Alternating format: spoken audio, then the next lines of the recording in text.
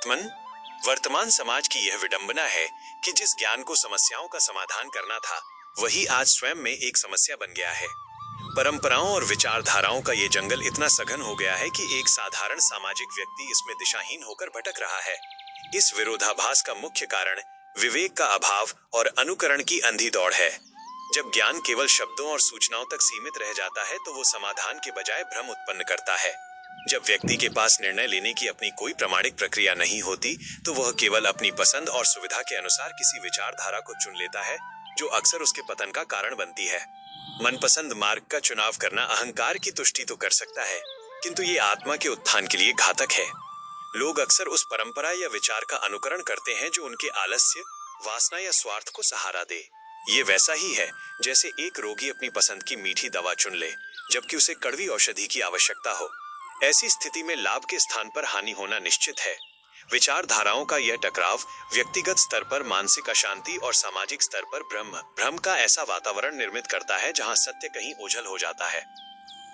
इस भ्रम से बाहर निकलने का एकमात्र मार्ग है अपने ज्ञान को प्रमाणित करना। यदि कोई परंपरा आपको जड़ता, अंधविश्वास या संकीर्णता की ओर ले जा रही है तो वह ज्ञान नहीं, केवल एक बोझ है।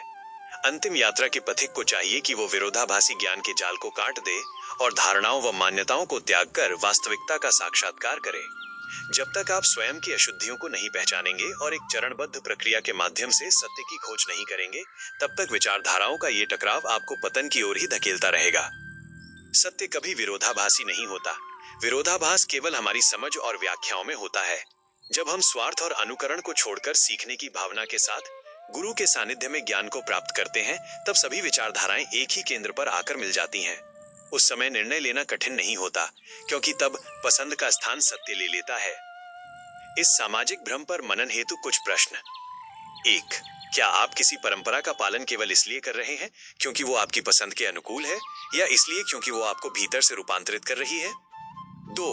क्या विभिन्न विचारधाराओं के प्रभाव में आकर आपके मन में संशय पैदा होता है, और यदि हाँ, तो क्या आपने कभी उसका मूल कारण खोजने का प्रयास किया?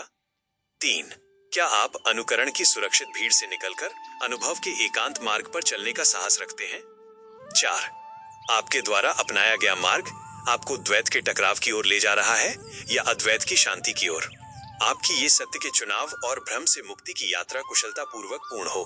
आप विचारधाराओं के कोलाहल से ऊपर उठकर उस शाश्वत ज्ञान को प्राप्त करें जो आपके उत्थान का मार्ग प्रशस्त करे। ऐसी मेरी अनंत शुभकामनाएं हैं। सादर विदा। Subscribe for more details.